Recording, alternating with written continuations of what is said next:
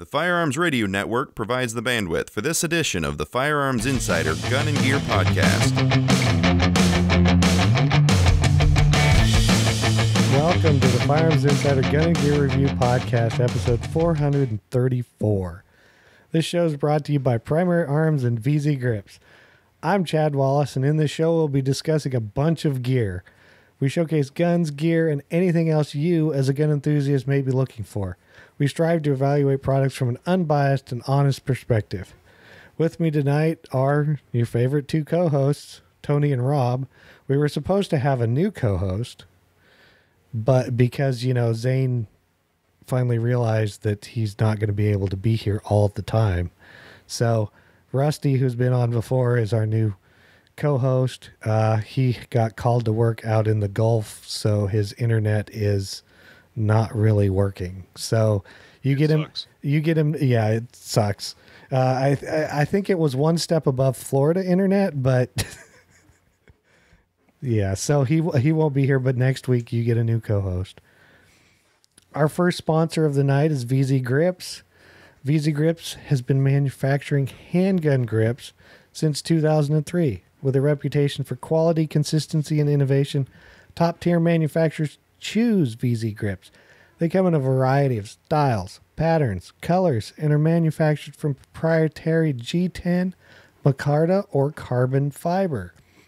Available with varying degrees of textures, VZ offers a wide range of grips for all different firearms types.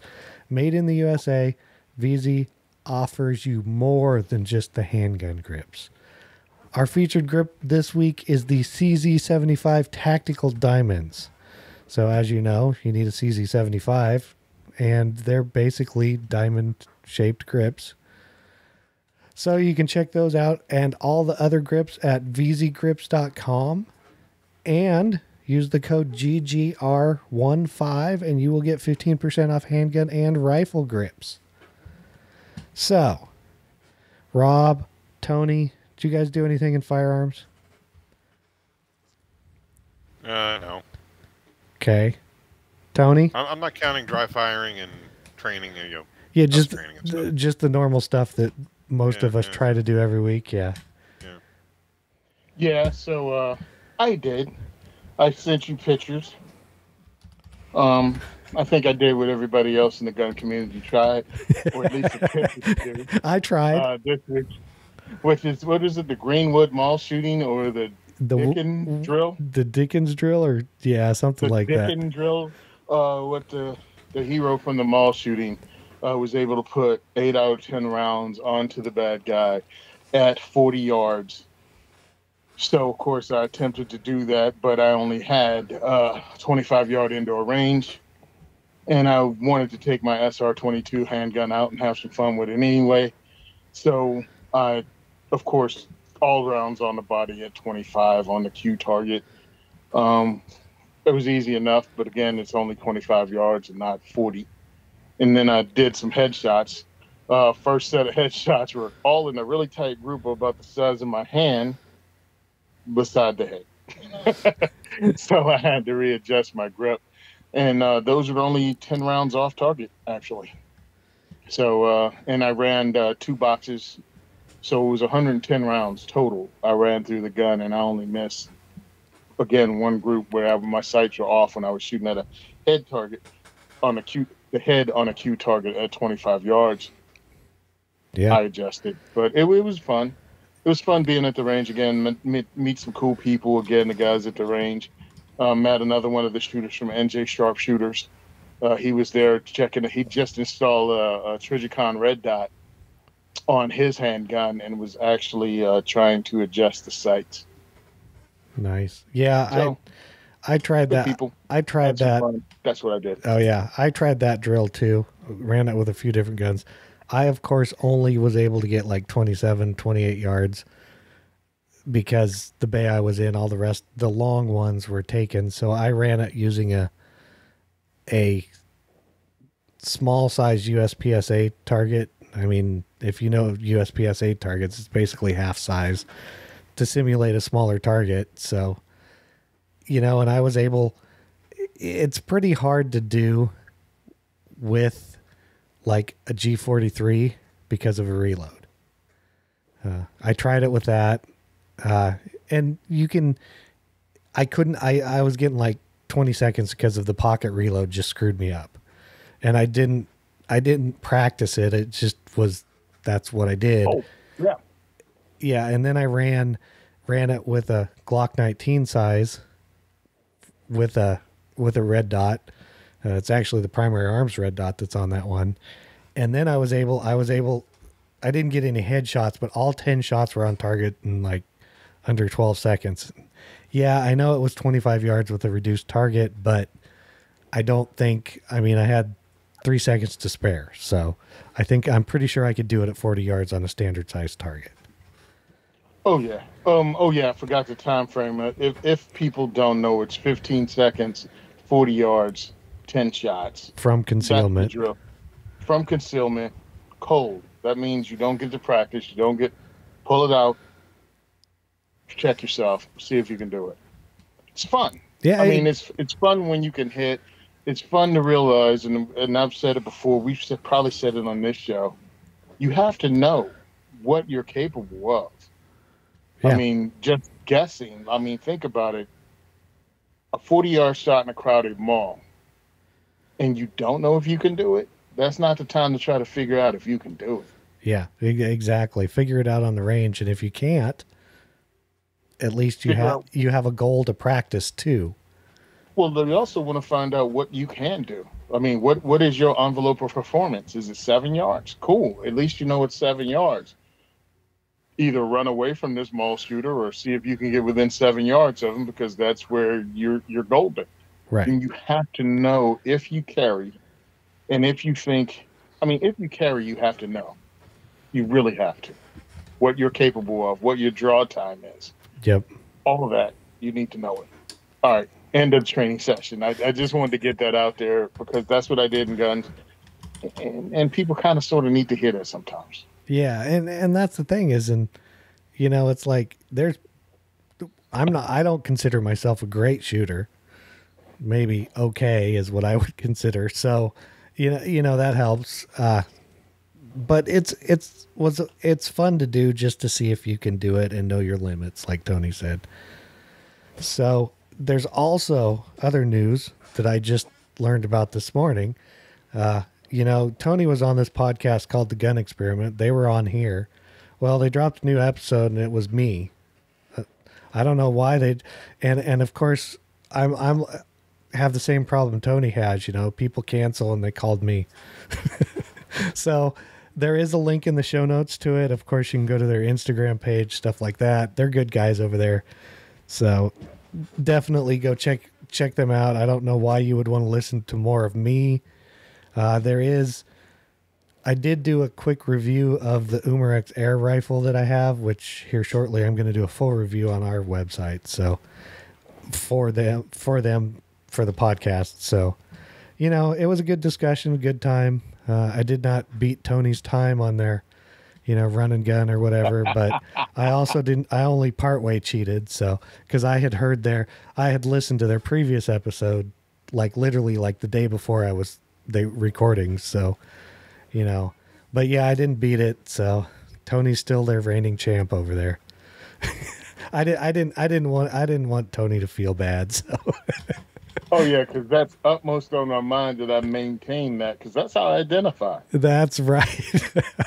They asked me if you paid me off, and I said no. I said Tony wouldn't pay anybody off. He's all about the free 99.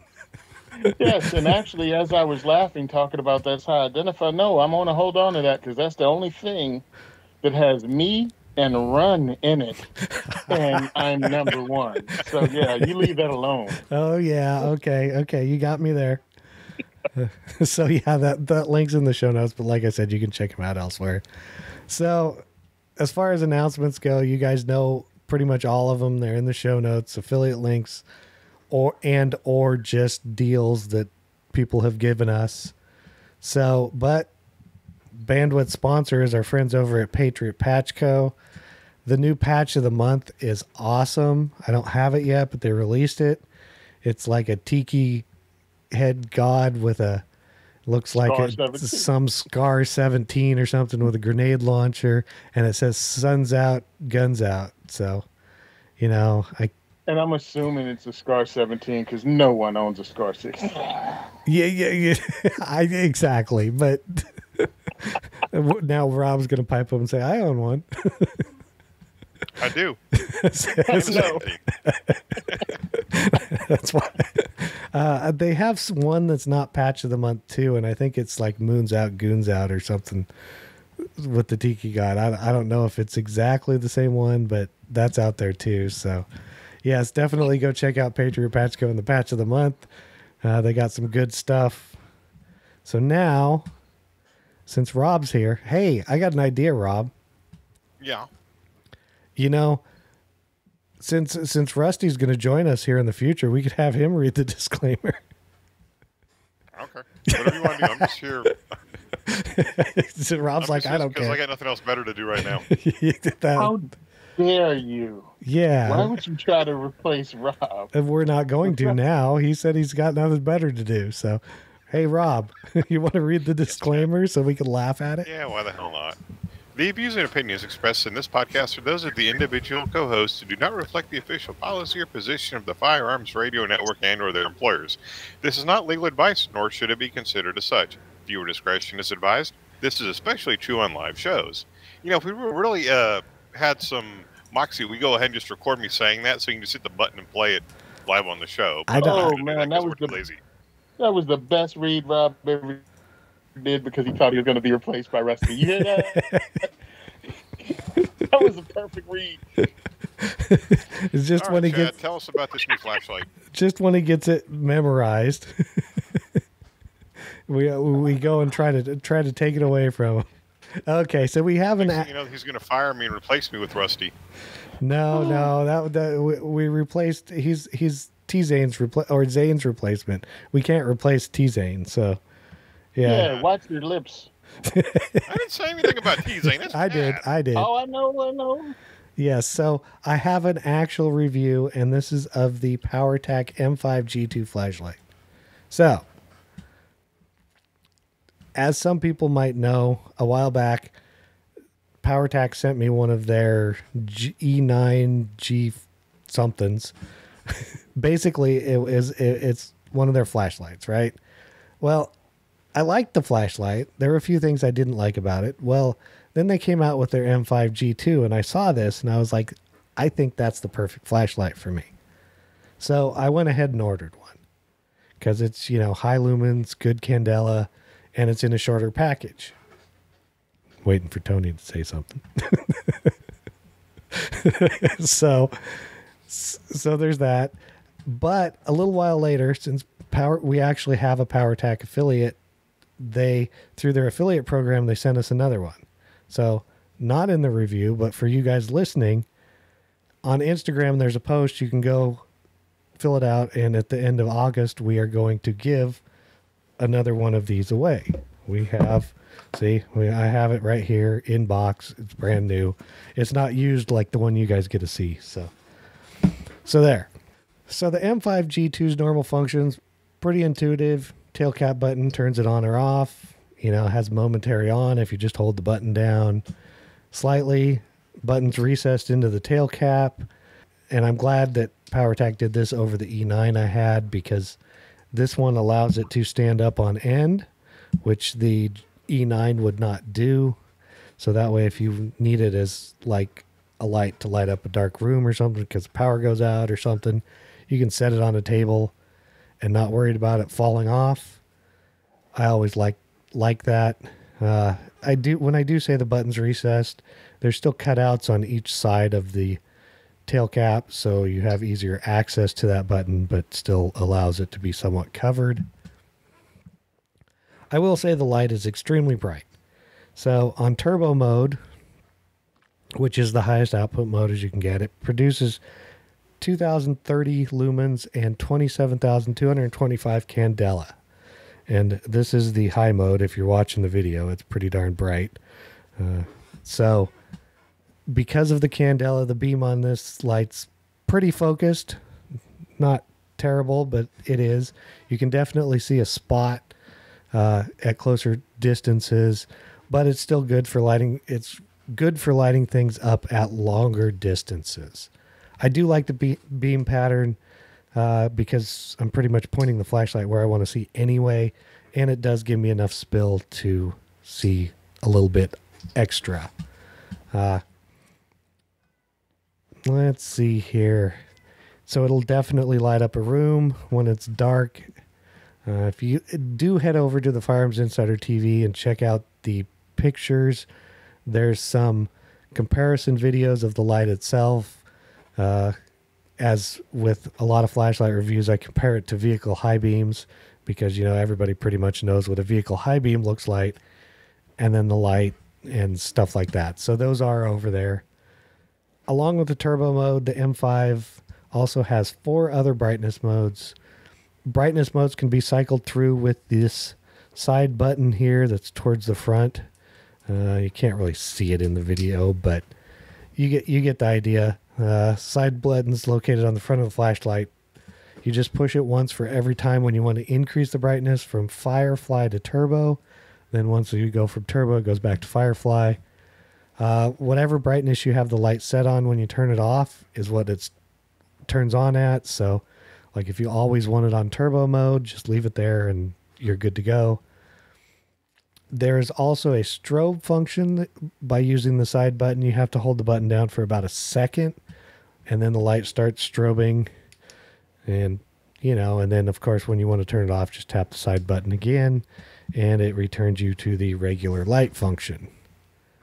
So, as I mentioned, the M5 has 5 brightness levels. These levels are using the supplied 18650 battery. As a backup, it will run 2 CR123s. There is a chart. I'll go over it here in a second. But I did find the Firefly mode to actually be very useful in full darkness.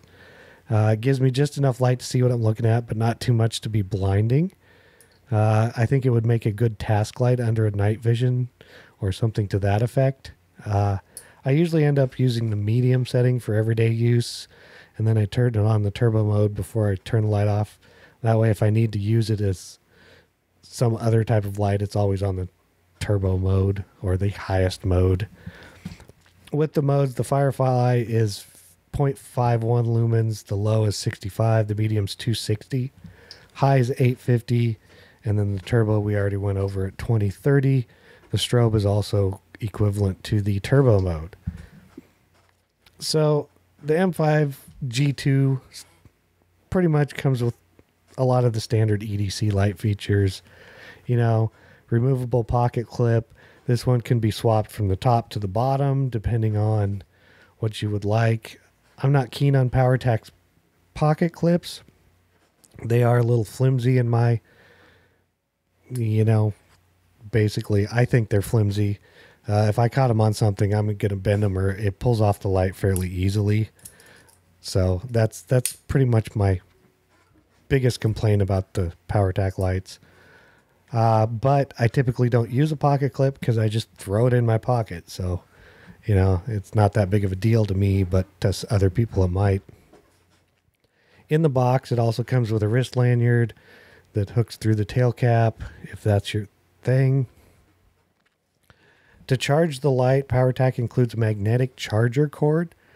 This cord plugs into the USB at one end like most things and snaps onto the magnetic charging port at the front of the flashlight, which is a little silver type magnetic plug. It's opposite of the mode button, and then it also, the mode button will light up and turn red when it's charging, and then it turns blue when it's charged. And so the charging, it's pretty easy. Of course, you can take the battery out and charge it any other way you want to charge an 18650 also, which is usually what I do, because when it runs out, I just put another one in and then go charge it. It is also waterproof, they say, down to 2 meters. You know, that's always nice. So if it's raining or anything and you drop it in a mud puddle or drop it in something, it's still working. You know, rain, snow, all that kind of stuff. So it is a little shorter than 5 inches total. I really like the size of it. The smaller size is exactly what I wanted over the E9. It's 1 inch diameter. At the largest part, the body narrows off a little bit, so it's a little bit narrower than 1 inch. And it weighs just a hair over 4 ounces with the battery and pocket clip. So it hardly weighs anything with the battery. As you can tell, I thought PowerTac did a great job with the M5G2. It's everything I needed in a good pocket EDC light. Bright, has good throw, it's lightweight, and because I know I didn't mention it, it's only $70. So if you're looking for good EDC light, do check out the M5G2. So for a Firearms Insider review, 8 key points. Small, bright EDC flashlight for the claim to fame. Target markets, pretty much anybody wanting a decent EDC flashlight. Features and benefits here. The 2030 lumen output, the 27,000 candela. They say it has a 330 meter throw. And as we know with all throw things, it's depending on, what's out there. And that's like reflective stuff. I mean, you could identify something at 100 yards with it, no problem, but 330, that's a different story. It does have the magnetic charging. It does have a 2.5 hour runtime on high, with the optional CR123 use. The tail switch we went over, the lighting levels. It does have anti-slip knurling and anodized matte black basically on the grip. Everything else, we went over. Made from aluminum. The official length is 4.88 inches.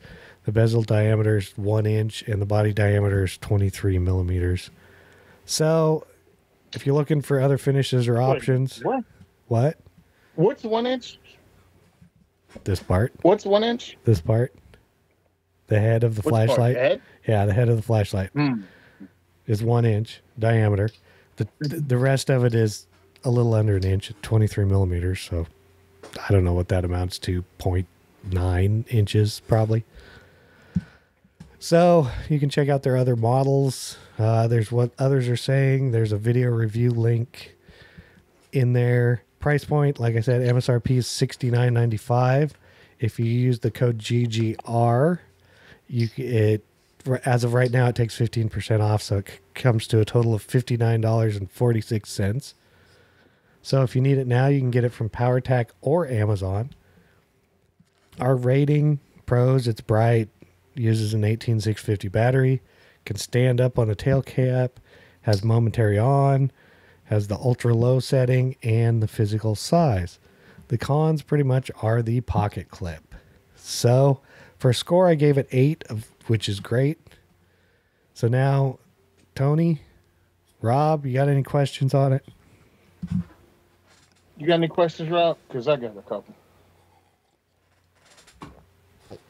But the only thing I was wondering is how secure is the magnetic charging? Because I'm wondering if you plug in the USB cable to your car and you drop it in your like your glove box or whatever, you put it in the center console, is it going to rattle off, or is it fairly okay? It's fairly strong then.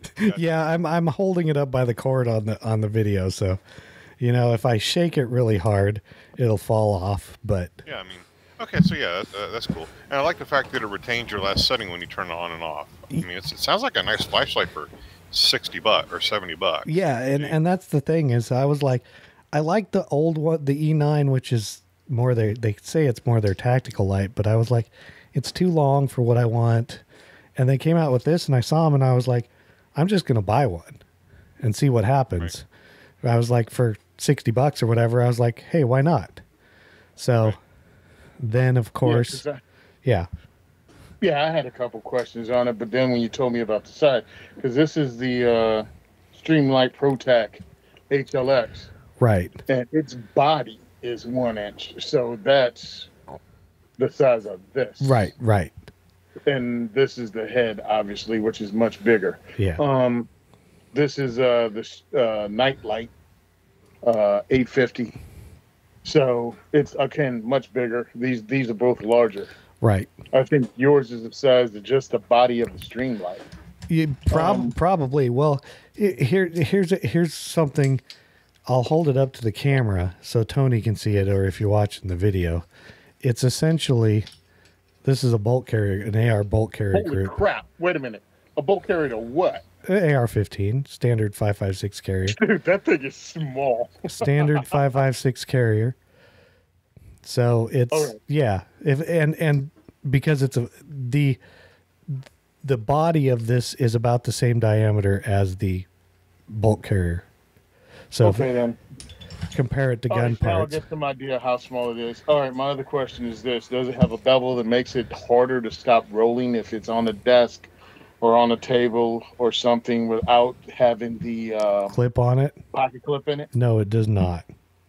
But luckily, yeah, which you have to have the pocket clip on it for that, which is, I don't use the pocket clip as a pocket clip, but I do have it still on here because, it'll keep it from rolling. So, yes. At a weight of 4 ounces with a baseball cap on, and with the lumen that you can get out of this, you can clip this sucker on your cap by spinning it around, right? Can you? Yeah. You can Spin the clip around, clip it to your cap, and use it for headlamp. Yeah, like this.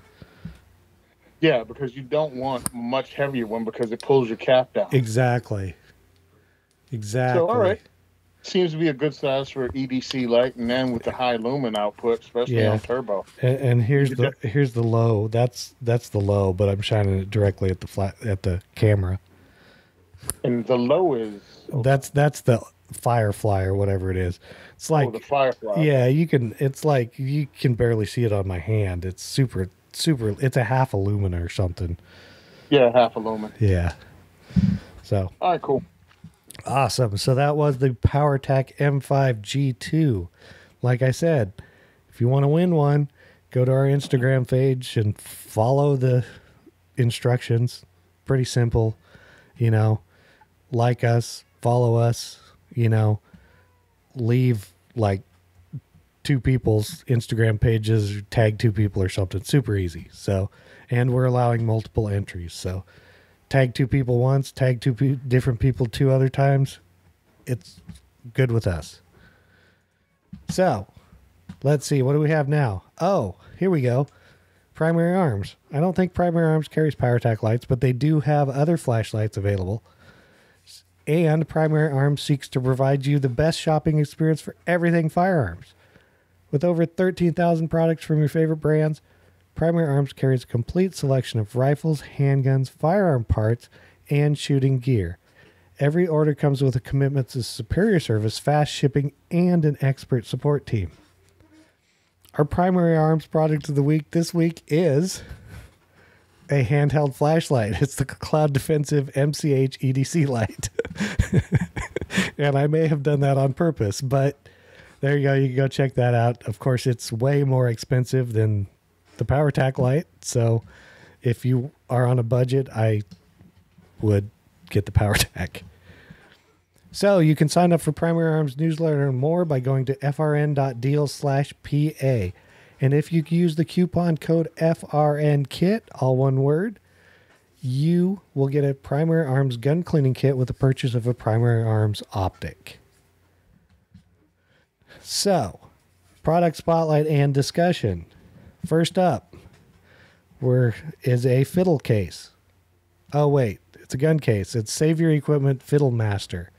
MSRP on this thing is $164.95. And as you guessed it, it's a hard-cased fiddle case, but of course it's made to fit guns, ammo, various other things to that effect, whatever you want to put in it. It says it's weather-resistant sealing, fits firearms of 30 inches overall length or less. It's got some rifle lockdown straps in it. Has TSA-approved locking latches with keys, but it also, as Rob and I discovered, it also has spots to put an actual padlock next to each latch or clasp or however you want to say it. They include stickers to stick on it so it looks more like a violin case than just a gun case. Not that it really looks like it anyway. It has a rubberized internal shell, polyurethane ester foam. It's got 4 latches, side carry handle, high impact polymer shell. The sizing, internal size, it says is 31 high by 13 wide by 4 deep. Straps are 15 inches by 1.5 inch wide. It's got a few places to slide the straps through on the bottom of the case. And of course, because it's a violin case, they do actually give the dimensions. So it's like 4.75 inches at the top of the neck, I guess it would be. And then it tapers to like 5.5, and then 6, and then 9 3/4, and then back down to 8.5, and then 13 inches wide. And then of course it gives the length, the total length and everything. So, you know, if you're into this kind of stuff or have a Thompson, you know, I just say it. But I actually, for the price, it's not like the price is decent for what you're getting. I mean, if you just bought a hard rifle case this size, you'd probably pay that for a decent case. Plus, it's cool. It adds character. You know, if you have something that'll fit in it, why not? Tony, Rob, what do you got on it? I kind of like it. It's kind of cool. I would not use the TSA locks if you're flying. If you're going to check it while you're flying, definitely get a secondary lock to put on there to use, and make sure it's a key lock, not a TSA key lock. Exactly. Yep. Carry extra locks inside the case with the gun in case they cut it off. You immediately have new locks to put on. What else? Because the thing is, every time I've traveled with my guns, I always take you off to the side. You open the case up, you show them the gun, show them that it's unloaded. Then you close it and lock it in their presence, and they take it and do their thing with it. Yep. Yeah, I've heard about them doing stupid stuff. You just never know, and you don't want to be scrambling around trying to get someone to take you to a Home Depot to get padlocks. So just throw an extra couple padlocks in the box with them. Same key. Make sure they're all the same key, so you're not going nuts. And I have one of these cases. Those locks might help you out too if somebody books a Airbnb in the hood. Yeah, you might have to go silent, stick them in the socket, beat somebody down because Chad booked you in the freaking middle of the hood in Vegas. I'm just saying. Well, if you had a violin case with a gun in it, you wouldn't have to worry about it. Oddly specific, but I don't think I'd be the only one in that neighborhood that had a gun in a violin case. Just saying. Yeah, you'd be the only one with it in a violin case because the rest of them would be in the back of the car. I have one of these. I got it from Gun Foams with a Z. So if you want to follow those guys on IG, it's cool. I want it because friend Katie put me in, and these are well made, really well made. Like, it's not a gimmick. You know what I mean? Because that's what I thought. I thought I was going to get something that was kind of gimmicky. Not at all. This is a solid case, solid locks, all of it. It's much better than I thought it would be. Is what it is. And sometimes you just don't want to travel with something that looks like a gun case because some people know. And some people don't know how to shut up. That's right. Pat with AR15.com. Or I forgot who's, but he had an incident that happened to him in a hotel when he went to take a training class, and some idiot in the lobby was liquored up and go, "Is there a gun in that case? You got guns in that case?" It's like, shut up. Yeah, this time the drunk guy would be like, "You got a violin in that case? Your guitar?" You'd be like, "Sure do." Sure do. Yeah. Yeah. I'm about to play "Devil Goes Down to Georgia." Get out of my face. That's right. That's right. Yeah, that's what I do when I drive with my guns. I don't like to leave them in my car if I stay at a hotel. So it's like you go and you check in, you get the keys to your hotel room, and then you kind of surreptitiously go out and bring your guns in through the back door because you want to bring them in through the lobby, just for that reason. Mm-hmm. Just for that reason. Somebody being a loudmouth idiot. Exactly. So that was the Save Your Equipment Fiddlemaster case. You could probably stick a real fiddle in it too if you actually wanted to. Just saying. Yeah, I didn't think of looking up how much a real fiddle case cost. I didn't either for some reason, but hey, whatever.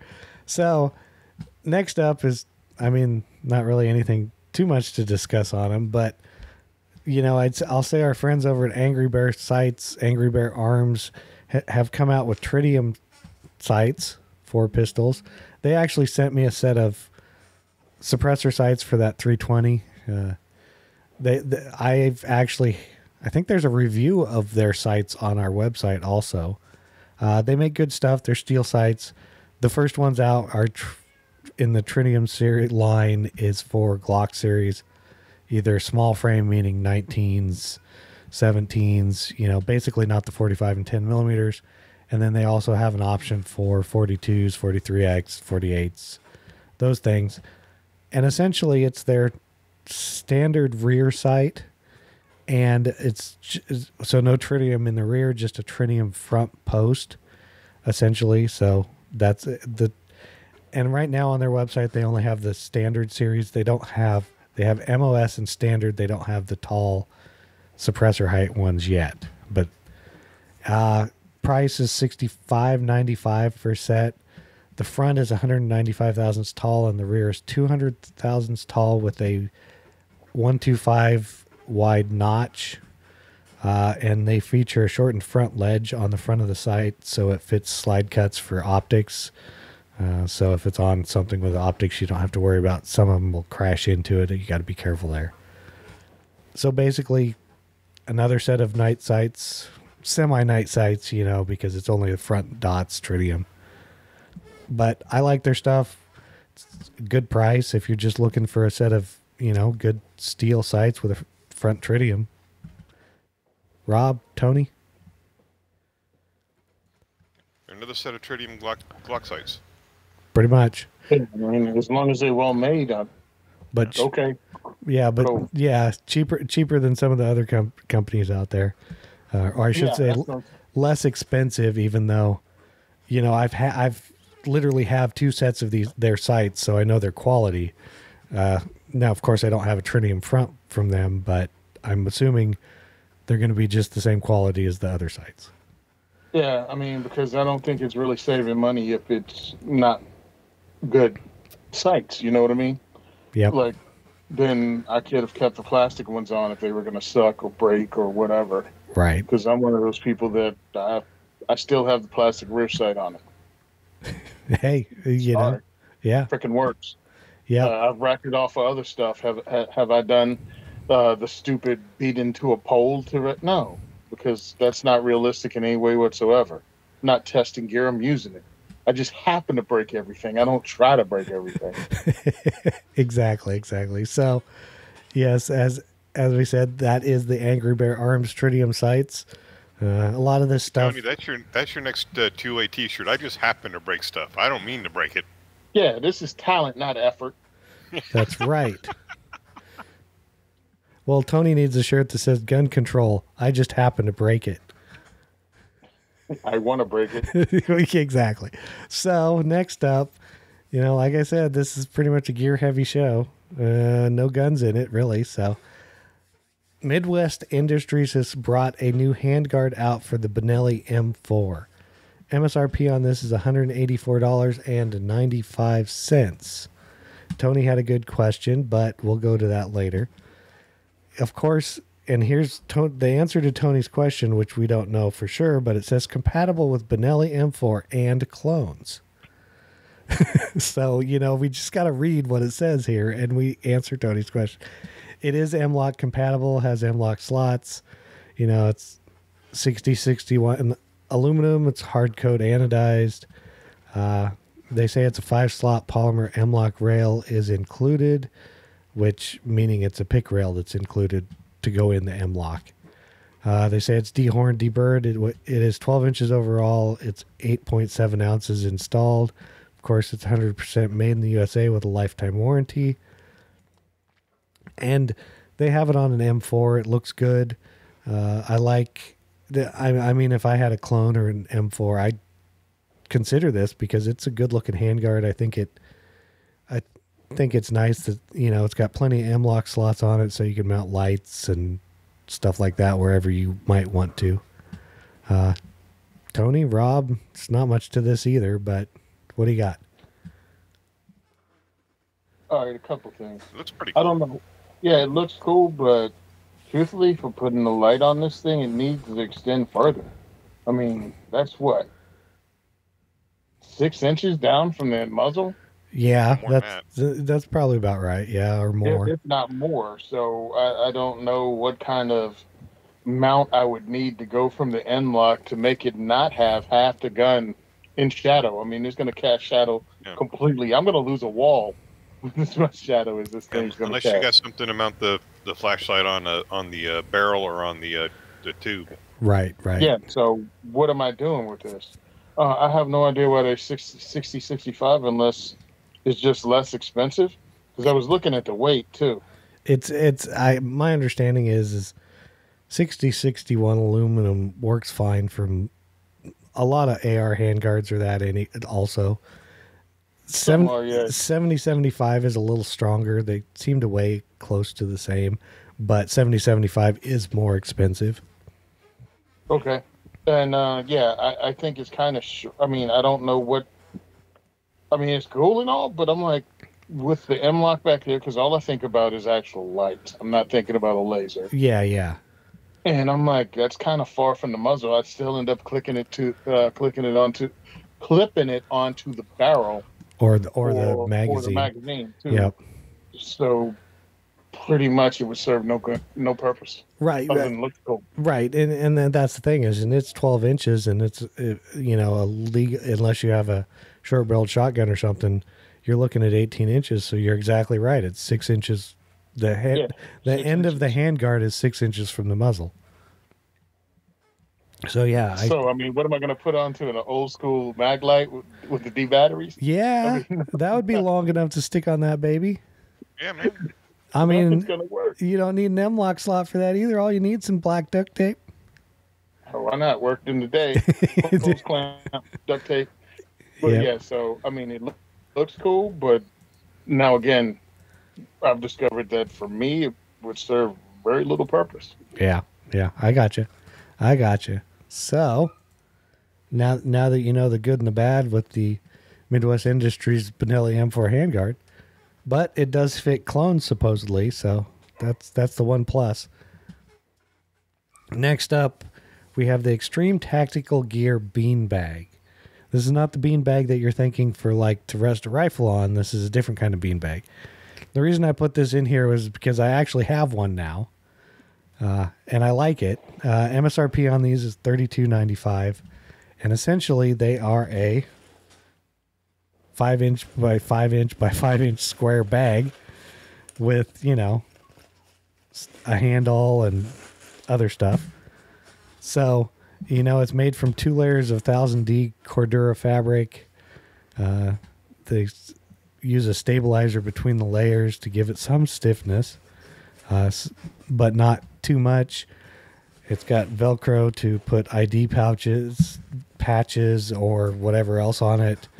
Lifetime warranty, made in the U.S. And, of course, it works great. They say it'll hold 500 rounds of 9mm. I actually have 9mm in mine. Not 500 rounds anymore. But it would probably hold more than that. I mean, you can hold 5.56 and stuff in it also. You can get it in a bunch of different patterns. Probably the flamingo or, would probably be something Tony would need. Hawaiian, tribal, splatters, multicam, all the normal stuff plus some other weird stuff. And I think sometimes they'll even do custom stuff. I think they charge a little more. But if you wanted something really way out there and they can get it, they'll probably do that for you. But I do actually like it, and I like how it's stiff, but yet you can form it to stuff. So you could actually use it as a beanbag for a rifle if you wanted to. See, I'm showing a video of it here. See if you wanted to rest a rifle in it. But either way, they're cool. Would you say it's stiff, firm, but it has some give in it? I'm just trying to help you out, Tony. I saw your face. Hey, you think you could get it in that pattern that Combat Flip Flops uses? That really special pattern? Oh, Tony's favorite pattern. Yeah. The Dickaflage. I don't know. I should email them and see if they have a pattern like that. They have some cool patterns, though. Yeah, they make some cool stuff. I wanted it, that match that Aaron from the Off-Road Podcast and I went to. I got this, Now- and a different, one of the longer ones. But go on, Tony. Well, because some people go, well, why would I get this? Look, cool if you want to be tactical Timmy and have it match all your rest of your gear, cool. But understand when you go to matches, when you go to other things with other people, everybody's got the same color stuff, bro. Everybody's got the flat darker, the woodland camo. You ain't being retro, everybody's got it. Oh, I love olive drab. Everybody loves olive drab. Exactly. Bro. I'm like, so it's like, oh, Tony, why do you pick such wild stuff? Because no one else will have it. That's why you pick such wild stuff. Look, I don't have to march to the beat of everybody else's drummer, I think, as I've proven. So that frees me up to have a lot more fun when I'm picking stuff like this than most people. Oh, yeah. And having And you could use a flamingo and go incognito. yeah. Straight up. And the thing is that the handle does make it nice if you have a bunch of ammo in it, because you can just cart it around from like bay to bay. And even like this, I don't know exactly what pattern it is, but it's different. You know, but yeah, that's a nice thing about it too. And the Velcro, so if you have patches that say have like 9mm and stuff on it, you can throw them on there. So that was the Extreme Tactical Gear beanbag. Next up is it's definitely the most expensive thing in our group tonight, and that is the Kinetic Research Group C4 chassis. MSRP on this thing is $1,899. And if you hear a thud, it's just Tony collapsing. This I get it, and the price is where it should be, really, for what everything is. It has a bunch of features. It is made for a Remington 700 short action. Basically, like PRS, stuff like that is where you would want this chassis for. It is an aluminum chassis. It does weigh 6.1 pounds, just the chassis by itself without a magazine. It's designed to fit, accuracy international mags. And we'll go over some of the stuff that it has, which will help out. It has it's aluminum with multiple mounting points for accessories, and clearance cutouts for scope objectives. So so you can get the scope closer to the bore line. The chassis itself has radius bedding system. Incorporates most aftermarket larger recoil lugs like the Badger Ordnance without modifications. I know what they're talking about. If you don't, the chassis is probably not something you're going to need anyway. Like I said, it's for the AICS magazines. It accepts any barrel contour up to 1 1/4 inch straight if you are running a barrel that large. Pretty much accepts most aftermarket triggers that will go through and meet the trigger guard. Let's see. The cheek piece, of course, is infinitely adjustable, 1.1 inches of travel. Can be removed, reinstalled. Uses the clamp and thumb screw design. Makes the cheek piece, its simple feature makes it return to the exact height you set it at. Cheek piece can also be moved forward and backward, depending on what you like. It's also made of polymer, so it doesn't transmit heat away from your face or to it, depending on how you're wondering. It does have an adjustable length of pull in 1/8 inch increments. So the length of the pull depends on your trigger, of course, but they say it's roughly 13 to 14 3/8 inches. The butt pad's also toolless, adjustable for height as well as cant, so you can twist it.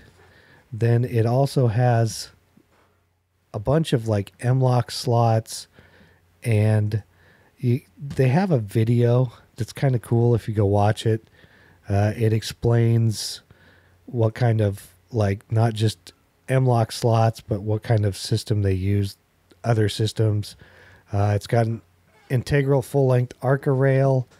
The fore end is 16 3/4 inches extended. They have spots where you can mount quivers for extra couple of rounds. Let's see. It's got a finger rest that you can use. It has adjustable mag height and tension. So you can adjust where your magazine sits for optimal feeding. Basically, it's got a built-in fence barrier stop into the stock itself. You know, it has what they call a new multi-platform 4-lock mounting system along with the M-lock. So it's got little like slots, detents, I guess, maybe to help hold stuff. You have to go look at it to kind of, I can't even explain it. But if you're into this kind of stuff, this thing's pretty cool. I was comparing it to other chassis in this system, and I know like MDT makes some chassis in this ballpark, but also the JAE stock chassis that was discontinued is now is available again, and it's like $2,000. So pricing is right in there with all the other top brands for this style chassis. Rob, Tony, anything? I mean, like we were talking, this thing is really designed for the high-end precision, or I guess higher end than what I do precision rifle shooting. I mean, it looks pretty slick. Right. I mean, and you could have just said this thing is pretty much adjustable for any which way you need to adjust it. Hey, I'm adding content, right? Oh yeah, yes, a lot of content. I mean, it's pretty darn cool. Yeah, and that's exactly. It's way above my pay grade, so to speak. But you know, if somebody gave me one, I'd be like, great. Now I don't have a rifle that'll work with it and make it worthwhile. You have to spend another $3,000 for a rifle and a scope to put on the darn thing. Oh, at least. But or you already have that, and that's why you're looking at something like this. Tony? Well, we were talking about this before. This is the opposite end of the spectrum of the Ruger Precision Rifle. Yep. Like, if you wanted to get into, PRC, you don't want to jump in a lot of money. Ruger Precision is a good way to go because it gives you everything rudimentary that allows you to compete until you get to the point that you know what you're going to look for in a precision rifle.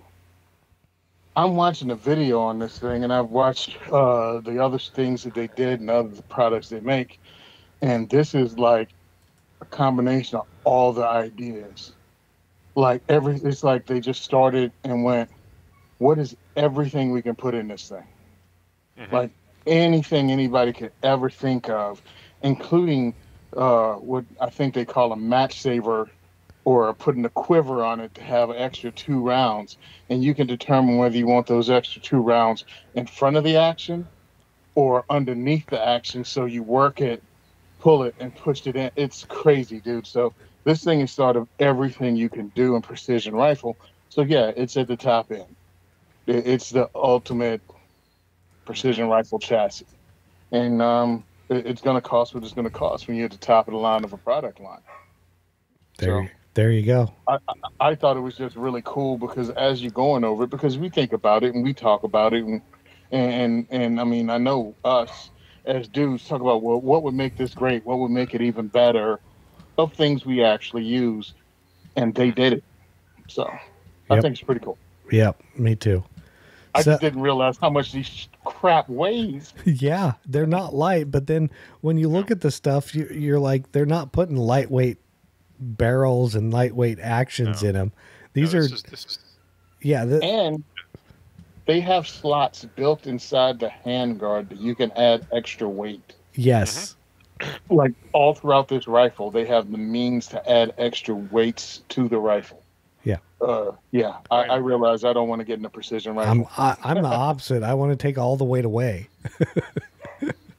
Exactly. Yep. Well, start with something that's not this. Yeah. So, but I mean, it's slick. It is slick. So that was the Kinetic Research Group C4 chassis. It looks like they're out of stock, of course, right now. Well, this is the prototype, I think. Well, it says they're shipping available mid-July, so they may just not be right now. Yeah, so exactly. But either way, you get the idea. So next up, it's the Vosteed Nightshade LT. MSRP on this is $69. This is a pocket knife that has a unique design. That's the best I can say about it. You know, it's different, but we'll kind of go over it. The blade. It's very tall. It's flat ground, the whole thing, and it's kind of leaf shaped, as they say. They do say it's made for slicing, which I can see because it's not something you're really going to stab into things. But it does have a pointy, as they say, negative angled tip, so you can push and draw cut. Big, fat, curved belly, so it looks like me. But thin behind the edge thickness, so it slices well. They're running 154 cm steel, so it's a good mid-range steel for it. The handle is contoured to make it more comfortable. They made it a little thicker so it fits in your hand a little better. It's made from G10, so you don't have to worry about that. Put a little bit of texture on it to add some more grip to it. Yeah, basically, they put some jimping on the spine, not too much, it doesn't look like, but a little bit to help with the slicing. You can get it in either gray or black right now. Looks like it is a liner lock from what it was looking like to me. Yep. So, it's out there. I can go over the specs. They call it the Nightshade. Overall length is 7.48 inches. Blade length is 3.26 inches. Now the blade width, meaning like the height, that's 1.21 inches. So that tells you how tall it is. But it's only 0.118 inches thick. The Rockwell hardness is 60 plus or minus 2. So 58 to 62 basically. The blade style, they call it a Fusion Kukri or a Shylin cutter, which is what I had heard as called. Basically, they say it's good for EDC or food prep. If you're looking at that, it is a manual folder. It weighs 4.16 ounces.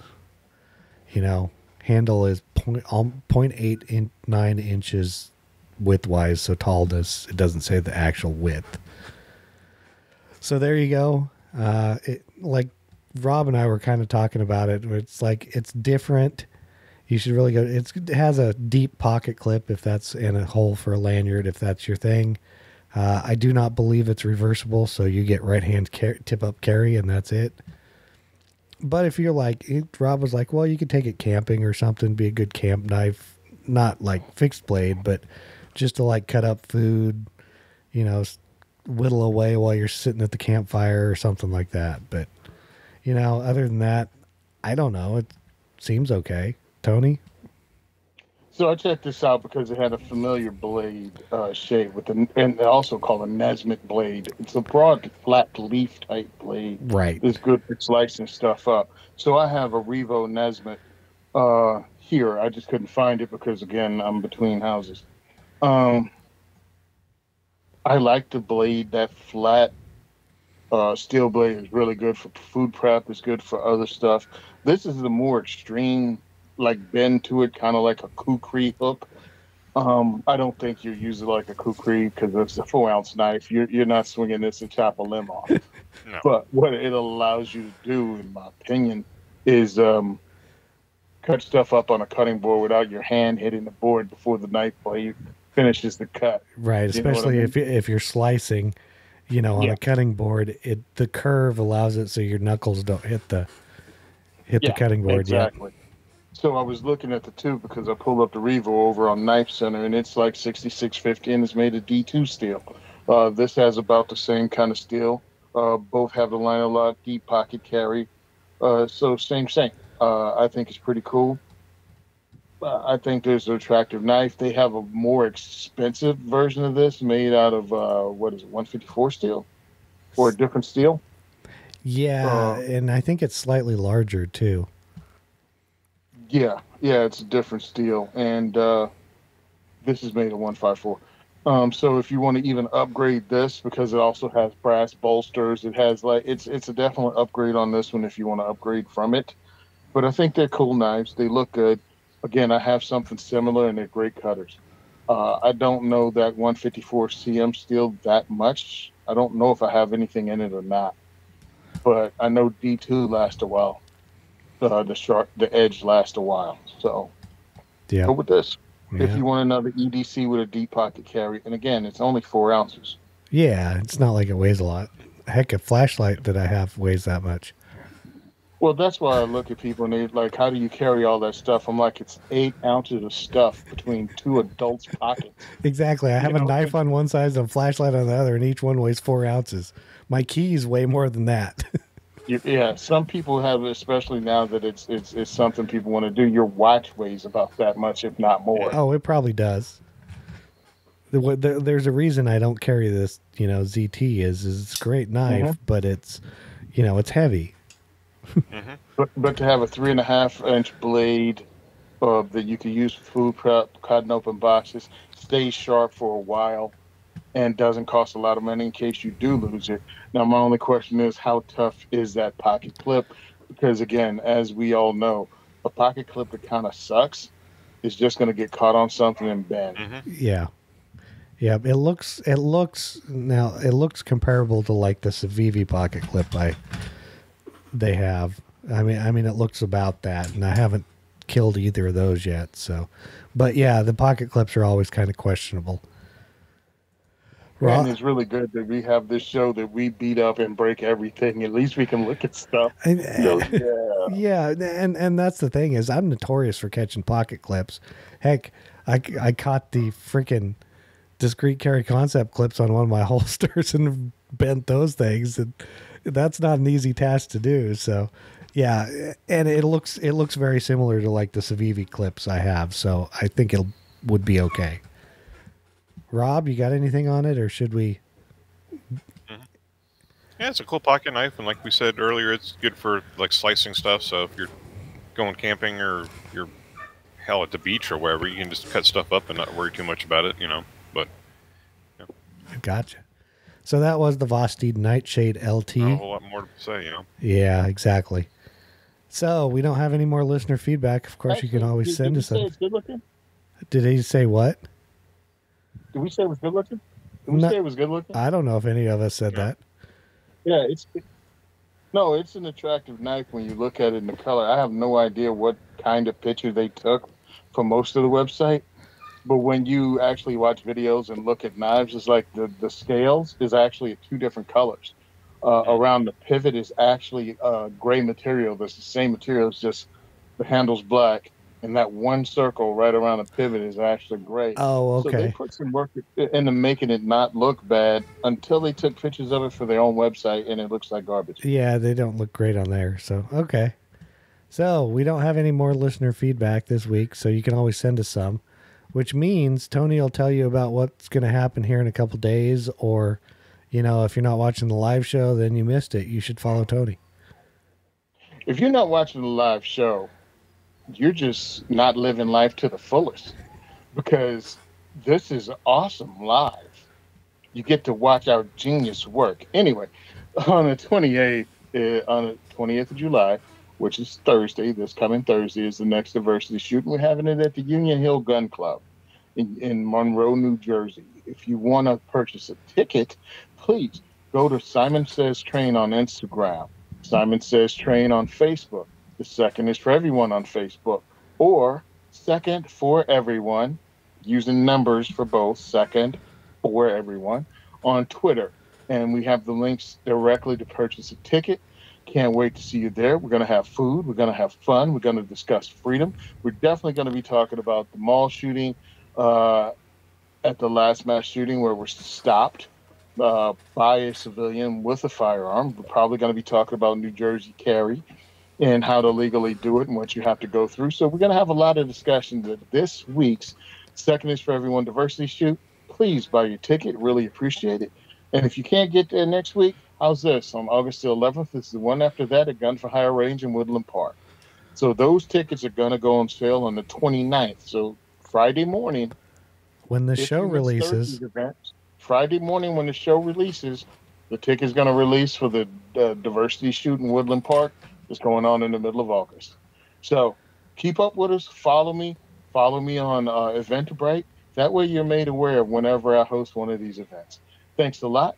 If you want to donate, everything is in the show notes, but you can donate at diversityshoot.com if you want to help us with our mission. Thank you as always. I really appreciate it. 7 years you guys let me talk about this every week. Thank you. Hey, we're trying to help do our part, and you're just doing all the heavy lifting. So, you can send us questions, comments, or feedback to gungearreview@gmail.com. Don't forget to subscribe and leave us an iTunes review. You can check out all the other great shows on the Firearms Radio Network at firearmsradio.net. Don't forget to visit the Firearms Insider at firearmsinsider.tv. You can check us out on Facebook, Twitter, Instagram at Firearms Insider. And as always, thank you for listening to the largest pound-for-pound podcast on the network. And we are out.